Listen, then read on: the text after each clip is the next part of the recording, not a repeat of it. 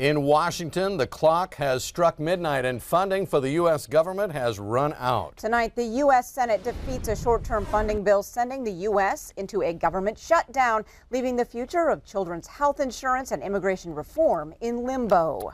That's right. No Hail Mary, no last-ditch deal. The shutdown taking effect just moments ago at the top of the hour. Standing by with the latest, CBS's Mola Lenghi joins us live from Washington, D.C. tonight. Mola, fill us in on this roller coaster day. Oh yeah, Janelle, Jay, good evening. You said it really was a roller coaster of a day. A lot of uncertainty around today, and the final product, no deal here on Capitol Hill after that failed Senate vote about 2 hours ago. First government shutdown since 2013. We are now face to face with that, but lawmakers will continue to negotiate through the weekend. Majority Leader Mitch McConnell called a procedural vote tonight to end the filibuster over a House-approved continuing resolution to fund the government through February 16th. It failed. Democrats were holding out for a comprehensive spending bill and a deal to protect dreamers brought to the U.S. illegally as children. President Trump got involved in the negotiations.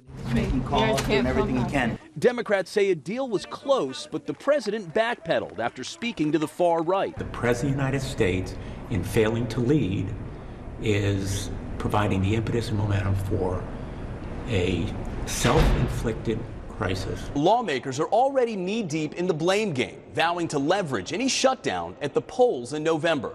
A Washington Post ABC News poll found most Americans blame President Trump and the Republicans. Louisiana Republican Senator John Kennedy says no one looks good. Many of my constituents have felt for a long time that our country was founded by geniuses, but it's being run by idiots. A partial shutdown won't affect much in the early hours of the weekend, but it could ultimately furlough about 800,000 federal workers and leave military personnel unpaid. Even the CDC wouldn't have the personnel to support its annual flu program.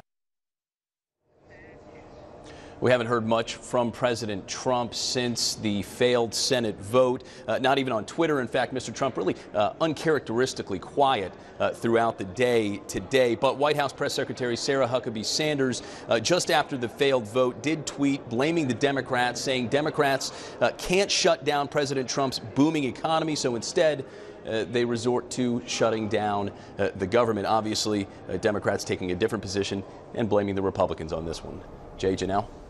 Well, thank you, Mola. Mola, what do you think the initial impact of this shutdown is going to be? What will we notice first? Well, you know, lawmakers sort of, in a twisted way, kind of lucked out with this running into a weekend. You know, the initial impact will be somewhat contained just because federal agencies, federal workers, government services, they're off, they're closed, they're off the clock on the weekends. Not to say that there won't be any impact. There certainly will still be somewhat of an impact, but lawmakers do have a little bit of space to continue to keep negotiating. The key is going to be Monday. If lawmakers still have not reached a deal by Monday, that is when you're going to start noticing a widespread impact. More than 850,000 federal workers will be furloughed. They will not be receiving any sort of pay. Government services to the general public will be sort of off the grid, will not be functioning. So by Monday, if lawmakers have not reached a deal, that's when you're going to start to see the widespread impact. Jay and Janelle. All right, thanks so much. Mola Lenghi live from Washington, D.C. tonight. Thank you. Now, Montana's two U.S. senators were on opposite sides of this vote tonight. Democrat Jon Tester calling the short-term budget proposal a disgrace, criticizing Senate leaders for failing to do their job. And Senator Steve Daines took to the Senate floor this afternoon telling his colleagues that he believes voting to shut down the government is a mistake.